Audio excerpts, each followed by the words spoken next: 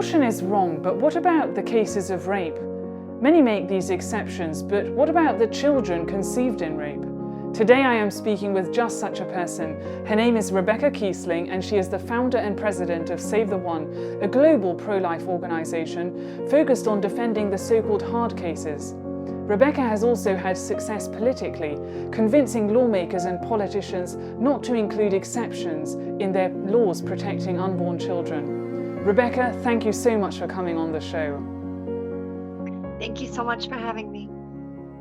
So, did you grow up in your biological family? No, I was adopted and raised actually in a Jewish family, and they were originally from the south of Poland. Well, my parents weren't born there, but my grandparents were born in the area called Galicia, which you're probably familiar with. And many of my family members were killed in the Holocaust. And so I grew up from a young age knowing that there is such hatred which exists in this world, that there are people who would kill innocent others for no offense of theirs. Goodness me. And, when you were growing up, prior to knowing the events that occurred before your birth, did you experience any kind of interior turmoil or mental health issues? Because even though one doesn't know it yet, those were still events that happened to you and that were traumatic. So was there anything, when you think back, that you can sort of pick up on now? Well, I mean, I struggled with issues of identity, value, and purpose. I went to 5 years of Hebrew school 3 days a week, and my classmates would remind me, as I well knew, that I wasn't really one of them. I was called derogatory names like bastard because they knew I was adopted, or going to the synagogue. The adults would say, "Oh, who's the little shiksa?" Which is actually a Yiddish derogatory term for a Gentile female. So I didn't look like I was Jewish. And so I sort of had those kind of identity issues from a young age and began to wonder who my birth mother is and, who do I look like? Trying to sort of figure out where I fit into this world and into God's plan, if at all. Yes, so you knew that you were adopted, but then when did you discover this other part of the story of the fact that you were conceived in rape? When I was 18, I petitioned the court, I petitioned the state for my non-identifying information. And it had all sorts of details about my birth mother, but all it said for my biological father was that he was Caucasian and of large build. And of course, I thought that sounds like a police description. And I called my caseworker, asked her, was my mom raped? And she said, yes, I didn't want to tell you. I was 19 when I actually met my birth mother. She wanted to meet me. And she told me the horrible details of how she had been abducted at knife point by a serial rapist. And that's how I was conceived. Goodness me. And, when you discovered this, what was your reaction? I mean, this must have come completely out of the blue for you.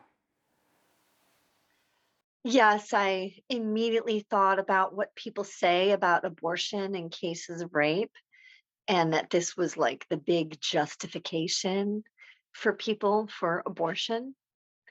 I had heard the term product of rape, which is really a very dehumanizing term, sort of like a byproduct. It's not a positive thing. And um, I asked my adoptive father, how do you feel about abortion? And what about cases of rape? And he started to tell me that, basically he was pro-choice and that he felt it should be a woman's decision. I immediately challenged him. You watched me grow up. You raised me 18 years. Like, you really believe that my birth mother's body, her choice during that temporary time was more important than my whole entire life? Like, you really believe that? And he instantly changed and he had this epiphany and he said, "No, I don't believe that." And then he asked himself, "How would I ever get to a point where I would believe such a thing?" And he began to talk about how, as a professor on a liberal campus, university campus, that he sort of thought that if you were progressive minded, you would be pro choice. But he had never stopped to consider the ramifications of that position, particularly as an adoptive father. And so I learned that I was able to change hearts and minds. Um, One of the first things I did when I learned how I was conceived was to look in the phone book. And I called a right to life office because this was a phrase I had heard. Um, and I just wanted to speak to someone who valued my life. So the woman on the other end of the phone spoke words of value into my life at a time when I was really hurting. And she reminded me of the concept that what man meant for evil, God can use for good. Gosh, I can't even imagine, yes, the pain of then that playing out also in your adopted family. But what was it like meeting your mother for the first time, your birth mother? Mm. So first, she sent me a beautiful letter saying that, um,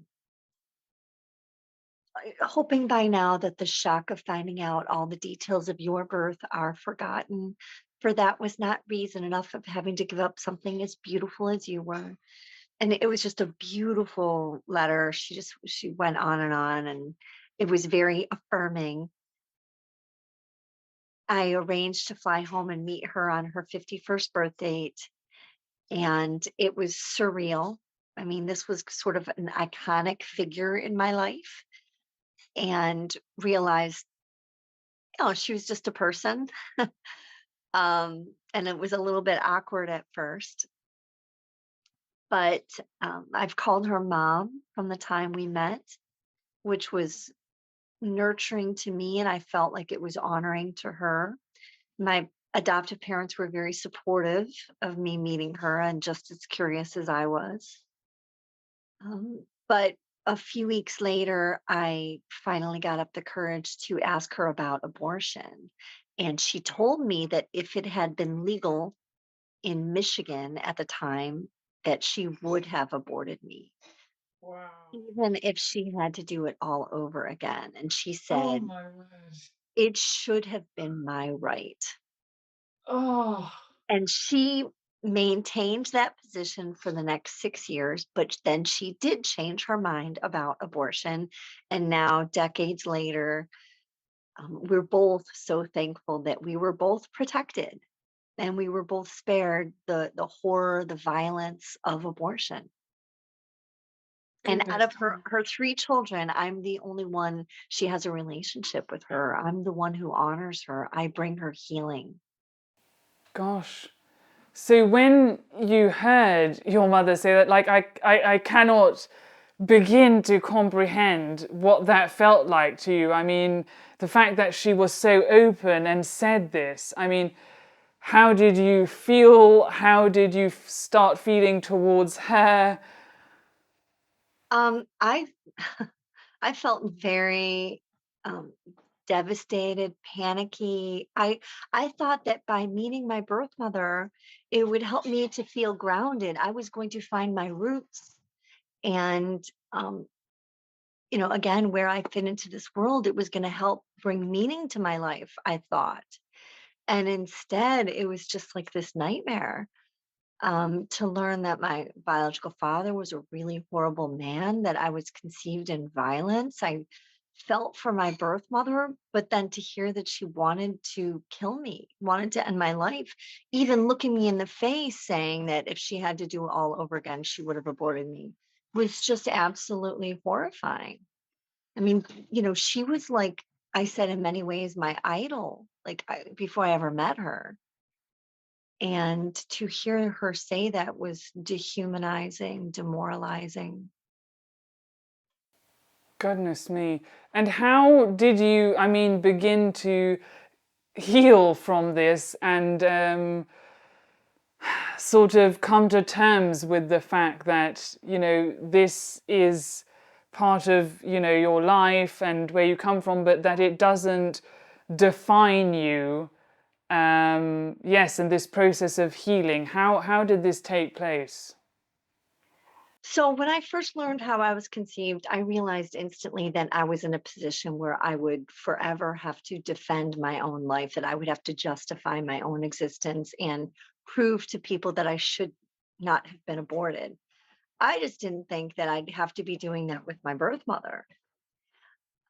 Like I said, I had changed the heart of my adoptive father, and I was determined to change my birth mother's heart, that if I could prove myself good enough, she'd see my value and she changed her mind.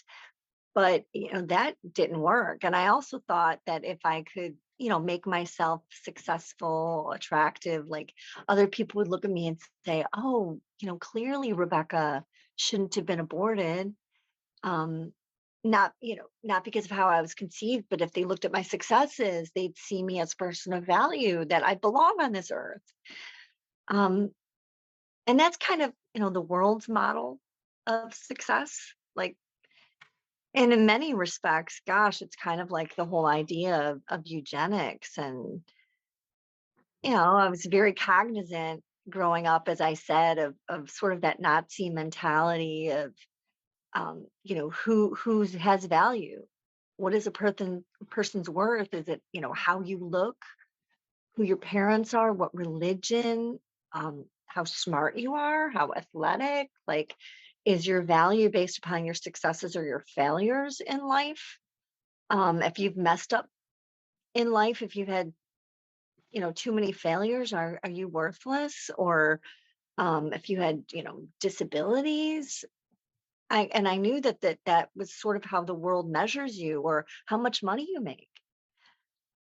And I wanted to be a person of success based upon the world's standards.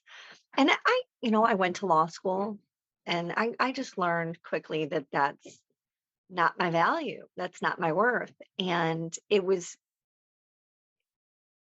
I also thought if I could find someone who loved me, then I would have value. And I ended up in abusive relationships. And it was eventually being called back to church that I found my worth. I first came to know who Christ was when I was 16, but after about 9 months, I fell away.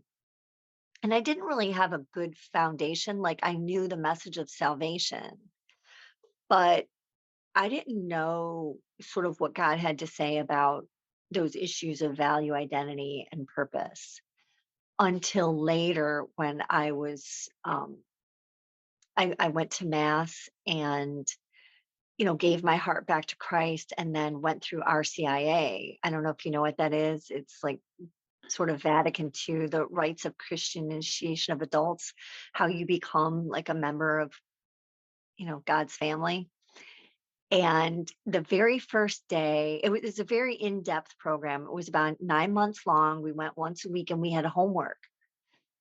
And we had special guest speakers. And the very first day, we were introduced to scripture of how it's in the spirit of adoption that we're all called to be God's children, which was really revolutionary for me, because I kind of felt like adoption was second best last resort, only for the infertile. And I knew that my parents would not have wanted me if they couldn't, right? I mean, that was the Wow. adoption story I was raised with.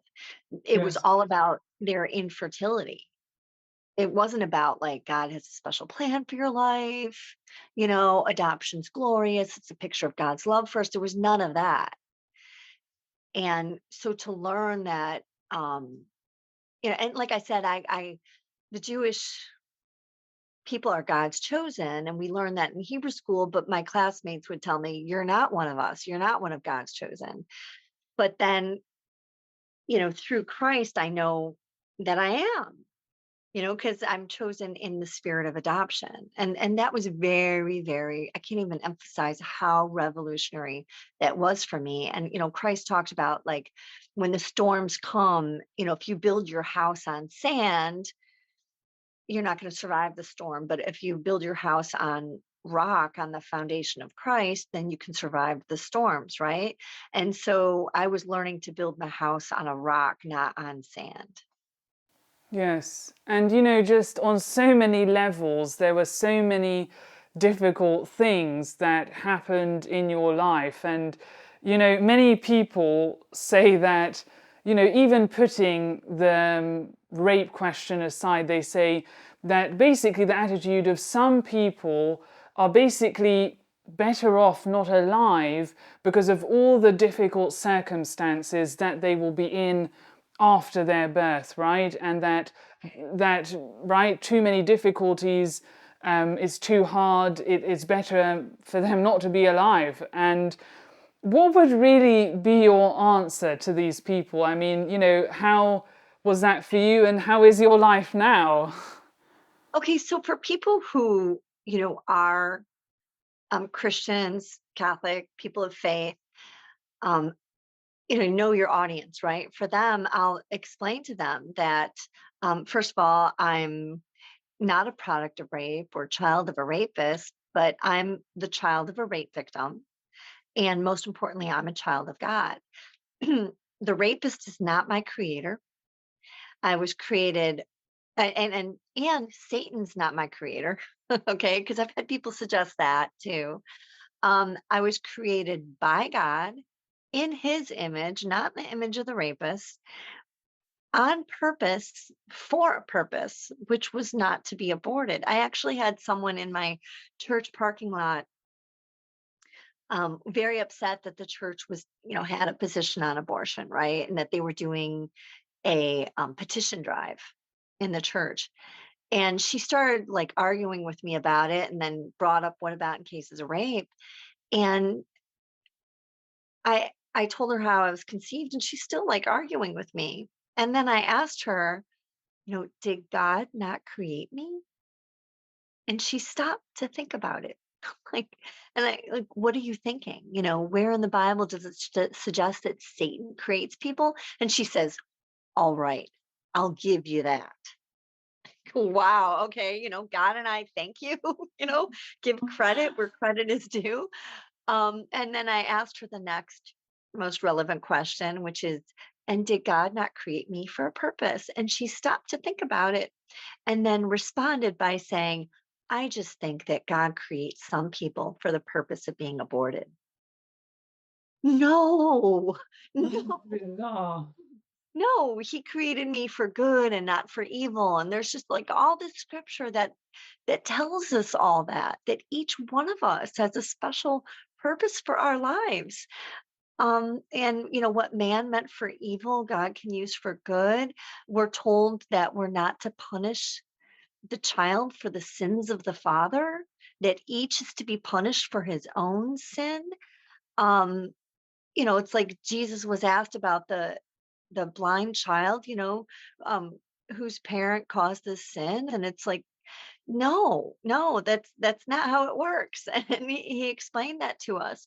There's that story of the in Ezekiel 16, the child who's left by the side of the road, and it says that on the day you were born, it's like your mother was a Hittite, your father an Amorite, which makes it sound like they're kind of warring nations. Like maybe this was rape, or at least saying that you're a half breed. And it said, for on the day you were born, you were despised. And it said, no one had pity on you or cared for you. It said that, I saw you there. God said, I saw you there lying on the side of the road with your cord still attached, which meant that baby would have bled to death. And it says, no, nobody had compassion on you, cared for you. It says, but I saw you and I said, live. And it says that God brought her in and cleaned her off and, raised her. And it's an allegory for God's love for Israel, but it shows God's heart. the ones who are the most forsaken, that even in scripture it says, though my mother and father forsake me, the Lord will receive me. And a father to the fatherless is God in his holy dwelling. God sets the lonely in families. In the New Testament, Jesus said, see that you do not, he, wait, first he said, he said, see that you do not despise any of these little ones. And it's like, well, who would despise a little one? Well, children were despised then and they are today. My people group get called demon seed, evil seed, horrible reminder, rapist child, um, tainting the gene pool. I'm called monster's child. I'm called um, rape trophy. People tell me that if you cared about your birth mother at all, you would have killed yourself a long time ago. Like, yeah, we're despised. Children with special needs have been called horrible things over time. And then Jesus goes on, next sentence, he says, for I tell you, there are angels in heaven always look upon the face of my Father in heaven. Yes. And what about for those of our audience who say, well, okay, well, maybe this is a Christian perspective, right? What would your answer be to them? So when I was in law school, I wrote a 43-page essay, The Right of the Unborn Child Not to Be Unjustly Killed, the Philosophy of Rights Approach. I wrote that when I was far from God. It's a secular piece because I was very frustrated with people who'd say, well, I don't believe in God, I don't believe in the Bible, so I'm pro-choice. Like there's no other rational justification for the pro-life position. And that's just wrong. And so I challenge anybody to read that piece. But we know that children, preborn children, are human in nature. They are alive. They're individuals developing from fertilization to birth. Scientifically, we know, they have a heartbeat. We know from conception whether they're male or female, and ascertainably so. In fertility clinics, they can tell whether a one-cell living human being is male or female. Like the science is all there. And we know that abortion ends a human life, stops a beating heart. When it comes to this concept of rape, in a civilized society, we do not punish innocent people for someone else's crime. Even when you plead guilty to a crime, you have to state in your own words what you did to commit that crime, because you can't say, well, I'll plead guilty on behalf of my wife. No, not allowed. That's unjust. We only punish we only punish the guilty, not innocent people, period. And it's simply barbaric to do otherwise. Um, I know that, there's no death penalty where you are. And in my home state of Michigan, there's never been the death penalty. I'm anti-death penalty because you don't punish a single innocent person. And our system of justice in the United States that says, guilty beyond a reasonable doubt, right?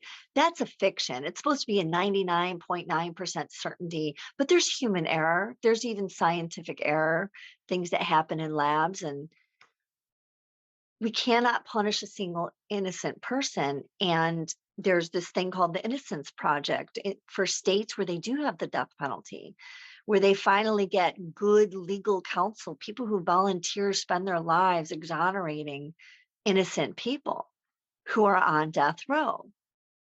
And, if in Europe there's no death penalty and you recognize that understanding that you don't kill a single innocent person, why would you be willing to kill the child conceived in rape? You Yes. don't believe the death penalty for rapists?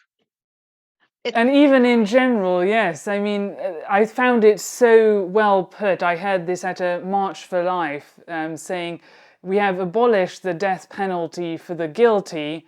Why do we still have it for the innocent? I mean, I think that just really summarizes it perfectly. and when the Pope was a cardinal in Argentina, He said, here you say you do not have the death penalty, but I tell you, you have the death penalty because you have abortion in cases of rape.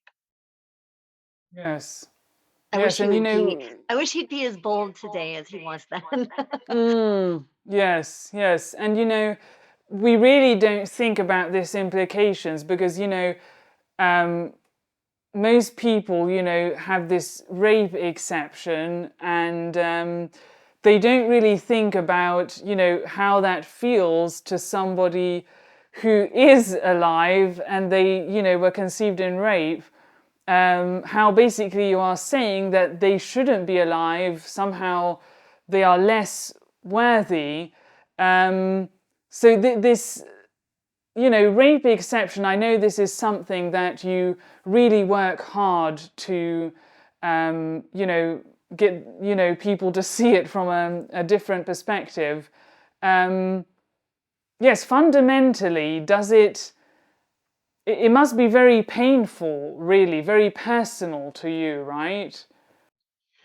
The rape exception not only conveys a message to my people group that we're subhuman, that we deserve to die.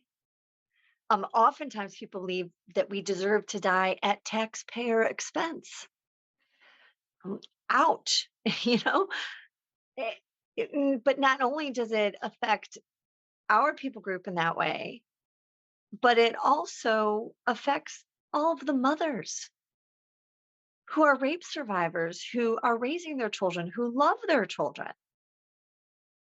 Because it's saying that, first of all, every time you hear someone say the child of a rapist, it makes it sound like that child belongs to him. Like he should have parental rights instead of ascribing the child to her, instead of saying the child of a rape victim. They have to hear that all the time, all the time. That child is the rapist child. That's not fair. And it doesn't help her to be protected from the rapist. And these mothers grieve for their children. They're like mama bear to hear people saying these kinds of things about their child. And they grieve that their child will have to grow up in a world where they're demonized and despised, and that one day they'll learn how they're conceived and hear how other people view them. It's very, very painful. And these mothers hate the way that their children are talked about. Yes. And what percentage of pregnancies, well, specifically, obviously, in the United States, are due to rape? And then do we have any statistics on then what percentage of these women do choose life? Yes. So it's estimated, you hear everyone say this, that roughly 1% of all abortions are in cases of rape. And they're also about 1% of the population because, the birth rate every year, because according to the only studies that have ever been done, the abortion rate for rape victims is actually half of the average unplanned pregnancy. So in the United States, over 50% abort in the average unplanned pregnancy. 25% choose adoption, and 15 to 25% abort. The majority of women are raising their children. Rape victims raise their children. And as I said, 25% choose adoption, oftentimes because they just want to be protected from the rapist. But I've worked very hard to get a law passed in the United States and across the country called the Rape Survivor Child Custody Act to terminate parental rights without requiring a rape conviction using clear and convincing evidence standard. And I've advocated for this around the world. When I spoke in Poland, I spoke in their parliament at the same and introduced this concept to try to get it proposed in Poland. got it introduced in Malta, got it introduced in Brazil. Every country needs to have a law to terminate parental rights of rapists without requiring a rape conviction. For anybody who would fight that, it's ironic because you don't have to have a rape conviction for an abortion. In fact, most places, most jurisdictions don't even require a woman to have to report the rape. And I ask people, look, can you imagine supporting a law which would authorize rape victims to simply say rape, just say you were raped, and then it would be legal for them to hire someone, to pay someone to kill her rapist or just her innocent child? Because that's what abortion is. They're a hired hitman, a hired assassin. They're being paid to take someone out. They're being paid to kill someone. We don't have that kind of system of justice for the rapist where a woman can just say she's raped and she gets to pay an assassin to go have him killed. Can you imagine if someone actually proposed that kind of law, the kind of outrage that there would be? They'd say, whoa, whoa, whoa, where's due process? Where's your right to trial? Where's your, what about your rights? Like, and no death penalty, no death penalty for rapists. Even though we have the death penalty federally in the United States and in some of the states, like I said, my home state, we don't have the death penalty. The US Supreme Court said in a case called Coker versus Georgia that rapists don't deserve the death penalty. And then there was a second case called Kennedy v. Louisiana, where the court said, even for child molesters, it's cruel and unusual punishment. So then how does the innocent child deserve to die for his crime? Yes. It's barbaric. It is. It is. And, another factor of this exception that I've heard you highlight is that you say that in actual fact, this rape exception is actually protecting abusers and rapists. And could you really enlarge on that for our audience? Well, I receive Google alerts daily. Anything having to do with conceived in rape, rape exception, pregnant by rape, accepting cases of rape. And I've done hashtag for years. I was doing hashtag rapists love abortion. And it was documented case after documented case of one abortion after another, where all it did was protect and enable the perpetrator to continue raping. Forced abortions, the abortion doctors didn't care. And all they did was protect and enable the rapist. Some of the most high profile cases around the world involving minors and late term abortions, where their mothers took them for abortion, come to find out that it was the mother who wanted the abortion to protect her boyfriend, to protect her husband, to protect herself from like public embarrassment, humiliation, so people would know that she failed to protect her own child. But the minor child didn't want the abortion. Oftentimes these victims, they see this child as their way out. The reason why you see these late-term abortions or people seeking late-term abortions is because the minor child knows she's pregnant and she's hiding it because she feels that finally she's got proof and this is going to be her way out of this abusive relationship, or she will have someone to love where she has not been loved and protected, oftentimes by her own mother. Now she will have someone to love. And so they hide this pregnancy from their own mothers. And that's why they often get taken in for these late-term abortions. We know that the younger a girl is, the more likely it is that it's someone in the household or a family member who's been raping her. And the more likely it is that it's been going on for years. And the more likely it is that she's very far along in her pregnancy. For a second trimester abortion, where they put her in a twilight state and she has to have her cervix dilated with laminaries And Mm. that violent act is supposed to bring healing for her.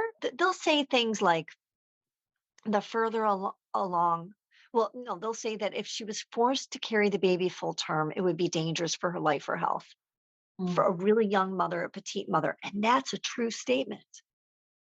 But what they fail to disclose is that it's never the standard of care. When you have a young mother, petite mother, you always deliver early when it's Yes. fine for her health. You deliver at least 4 weeks early and she and the baby Yes. will be fine. But they don't disclose it. They don't give you the full picture and tell you the whole truth of the matter. There was a high profile case last summer after Roe v. Wade was overturned here in the United States after the Dobbs decision.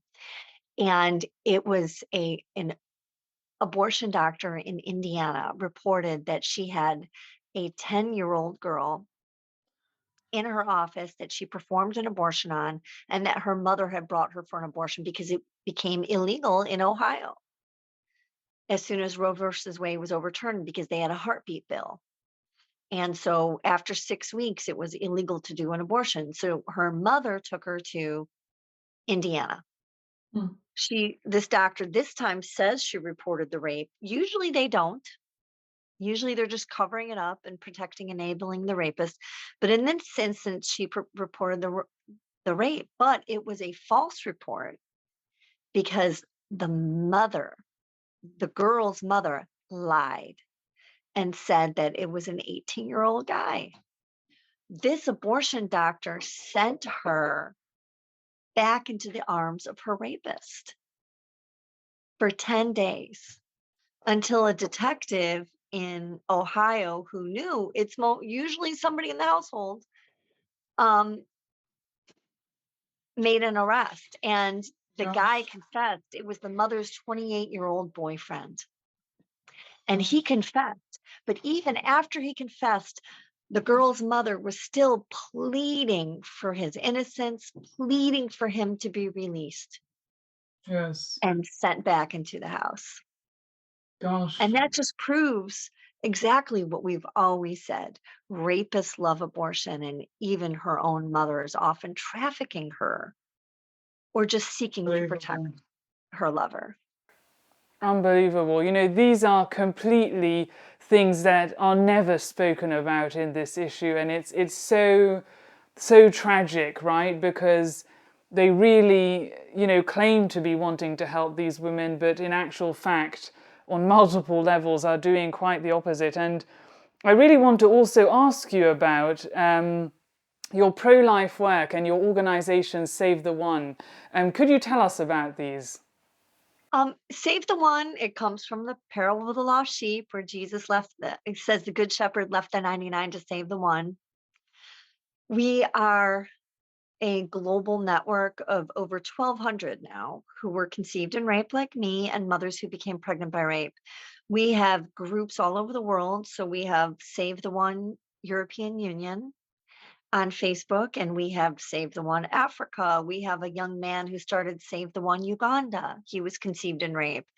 And he actually worked with a young mother who I think was 14, who was pregnant from rape, and brought her all kinds of diapers and baby clothes, all kinds of things to help her and to convince her to have this baby. And he told her about me, and she named her baby girl after me. I mean, it's pretty cool, pretty extraordinary to have this sort of global family. Um, Yes. we have Save the One Australia, and we have all over the United States. There's like Save the One Michigan, and like, all these regional groups. And then we have a special group. Well, we have Salvar el Uno, which is all in Spanish. We have a group that's all in um, Portuguese, and we have a book in Spanish with over 70 stories. We have a blog in Spanish, and we have hundreds of stories that have been published in English and in Spanish. We have videos. We have Spanish videos and in Portuguese. Our stories get published in all kinds of news outlets around the world. We give permission for people to translate our stories. My story's been translated into, I think, 24 different languages, and that those are on my website. And then we have hundreds who were told by doctors to abort. So we have a carry to birth group, and we specialize in defending all of the so-called difficult cases in the abortion debate through our personal stories and through advocacy. I've spoken in parliaments all over Europe, all over the US, and in Latin America. Um, I love what I do. I feel like my life was spared for a purpose. Incidentally, we didn't cover this, but my birth mother tried to kill me at 2 illegal abortions and backed out because it was illegal. So I literally owe my birth to the Michigan law, which protected me 4 years before Roe versus Wade. And Goodness me. I don't feel like there's anything extra special about me or my life that I deserved it and millions of others didn't. No, I know my life was spared for a purpose, which is to go back and save others who are just as worthy of love Yes. and life as you or me. Yes, and I know that you've also had a great impact politically, as well as I mentioned in the introduction with Governor Rick Perry. Could you mention a few of these successes you've had? Sure. I've changed hearts of politicians all over the world, and particularly this story of Governor Rick Perry during his presidential campaign, and Newt Gingrich, who had been the Speaker of the House in the United States. He was a congressman for many years. And both of them, it was at the Citizens United premiere of the film The Gift of Life with Governor Mike Huckabee. Mine is one of several stories featured in this film. And it was held in between 2 presidential debates. And 4 presidential candidates spoke at the premiere. Congresswoman Michelle Bachmann, um, former U.S. Senator Rick Santorum, the governor of Texas, Governor Rick Perry. He was governor at the time, and then former Speaker of the House, Newt Gingrich. And I told them my story, gave them my DVD, my business cards, conceived and raped, targeted for abortion, and told them, my story. And the 2 others, Michelle Bachmann and Rick Santorum, have both signed a personhood pledge 2 days earlier. It was a presidential pledge that came out from Personhood USA, and they both signed it immediately. It was no exceptions, no compromise pledge. And Perry and Gingrich had not signed it because they were both avowed to be rape exception candidates. And I was able to change Rick Perry's heart, and he said that he could not look me in the eyes and justify the rape exception any longer. He said he had never considered it from the perspective of someone like me. And he went on national television talking about our conversation. Wow, that's incredible. Yes, goodness me. There was I was speaking at an event in Canada for LifeSite News, or maybe Campaign Life Coalition in Canada. And I didn't know, it was kind of a surprise, but there was a Canadian senator who was introducing me. And he starts talking about how we had met years earlier, like, I don't know, 8 years earlier, 10 years earlier. And at the time, he was a member of parliament. And he made the rape exception. And he talked about how, after hearing me speak at this fundraiser, he stopped making the rape exception and that I had totally changed his mind on that issue. And I was really moved. I was like in tears, like, wow, that was really touching the way he was. But that wasn't the end of the story. He said that later his wife was pregnant and they received a diagnosis that their daughter had trisomy 18. And they were being told that they need to abort. And they were being pressured by doctors to abort. And he said, all I kept hearing was Rebecca's voice. Don't I Wow. deserve to live? Wow. And so he and his wife chose life for their child, um, because of my Amazing. story. Yes. And he said, so I didn't just change his heart politically, but personally. Yes. Gosh, that's absolutely incredible, so moving. And, it really is unbelievable to see how your experience has really enabled you to see so clearly the value of every single human life, which I know is represented in Save the One, but also in a personal way through a baby you adopted. Could you tell us about that as well? Baby Cassie was born to everyone's surprise with a serious genetic disorder called DeGeorge syndrome. And a lot of those children survive. First of all, trisomy 18, a lot of them don't survive because they're not treated. Same thing with trisomy 13. Nowadays, if you do choose life and you refuse the abortion, they'll send you home with perinatal hospice for the child to just die. And, some of these doctors are well meaning, but they don't know the breakthroughs that have been done here in the United States with a doctor who's willing to treat. The death mortality for children with trisomy 18 and trisomy 13 in the first year, for those who are born in the first year, 90% will die because they're not treated. Mm. This doctor here in my home state, through the vice president of my organization, Save the One, Brad Smith, and his wife, Jessie, they have a daughter with trisomy 18 who's 15 years old now. And they got a doctor to perform a surgery at the urging of Senator Rick Santorum, who, like I mentioned earlier, he has a daughter, Bella, with trisomy 18. And he got a doctor to do a revolutionary procedure. It's a jaw extraction and to do CPAP and some other things. And so they took his recommendation. And this doctor, one hospital said, nobody does that for these children. Nobody does that. Why bother? Well, now there's a doctor who specializes in this, and he's treated dozens.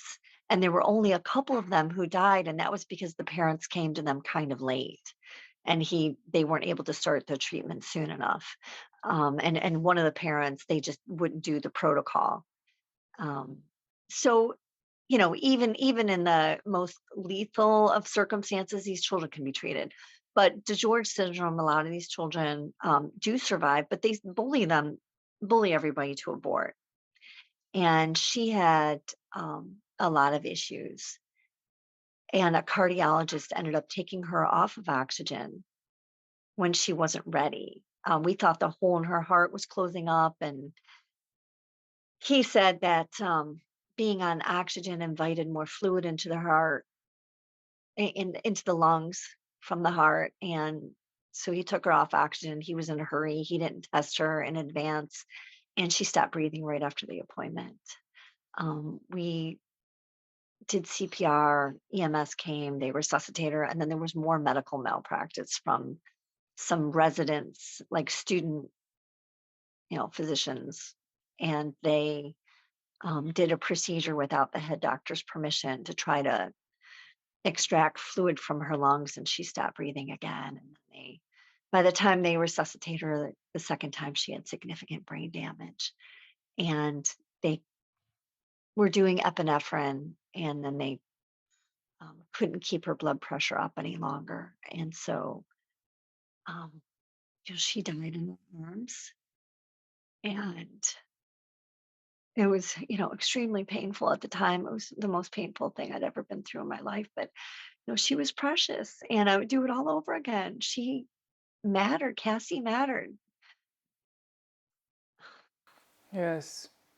Absolutely, and thank you so much for sharing that, because truly it's incredible to see how you have impacted so many people with your life, right? People never think about how it's, one life, but then everything that, that one life impacts. And we see that in your life. And I really want to close with a quote from you, actually, because I think it really encapsulates the importance of your story and your place in the pro-life movement and of people who are in the same situation of you. You say, I know that most people don't put a face to this issue, right, of pregnancy through rape, but for them it's just a concept. I do hope that as a child of rape, I can help put a face, a voice, and a story to this issue. And boy, I would say you really do. And thank you so much for all you do to protect these unborn children and really, truly stand by their mothers in the right way. Thank you so much for sharing your story with us today. Thank you. If I could just end with two thoughts. First of all, as I said, there's about 300 blogs on our website.